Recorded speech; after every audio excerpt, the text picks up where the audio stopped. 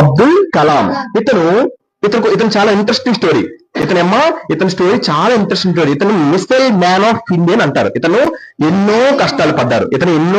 అతని జీవితంలో ఎన్నంటే లెక్కలేని కష్టాలు పడుకుంటూ అతను పైకి వచ్చాడు. ఎవరతను? ఏపీజే అబ్దుల్ కలాం. ఇతను ఒక చిన్నప్పుడు పిల్లలందరితో ఆడుకున్నప్పుడు ఇతనికి ఇద్దరు ఫ్రెండ్స్ ఉండేవారు. ఆ ఇద్దరు ఫ్రెండ్స్ ఇక్కడ మనకు మెన్షన్ చేయలేదు కానీ స్టోరీలో ఉంటది. సో ఇతనికి చిన్నప్పటి నుంచి ఇతను చాలా అందవికారంగా పుట్టాడు. చూడడానికి చాలా అందంగా ఉండడు.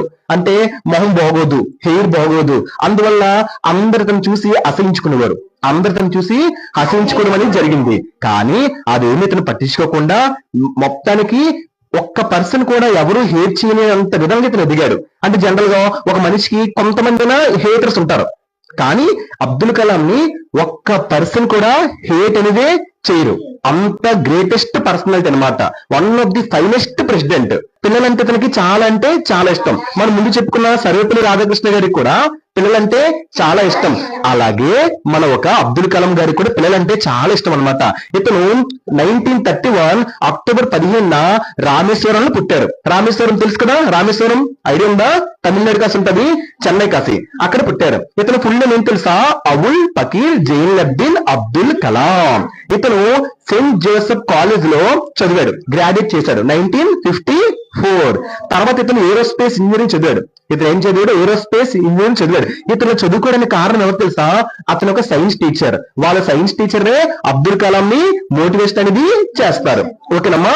మద్రాస్ లో ఇతను ఏరోస్పేస్ ఇంజనీరింగ్ అనేది చదువుకున్నాడు. ఓకేనమ్మా. 1960లో ఇతను ఎందుకంటే ఫేమస్ సైంటిస్ట్ అంటే ఇతను స్పేస్ రీసెర్చర్. ఇతను ఎవరమ్మా? స్పేస్ రీసెర్చర్ అనమాట.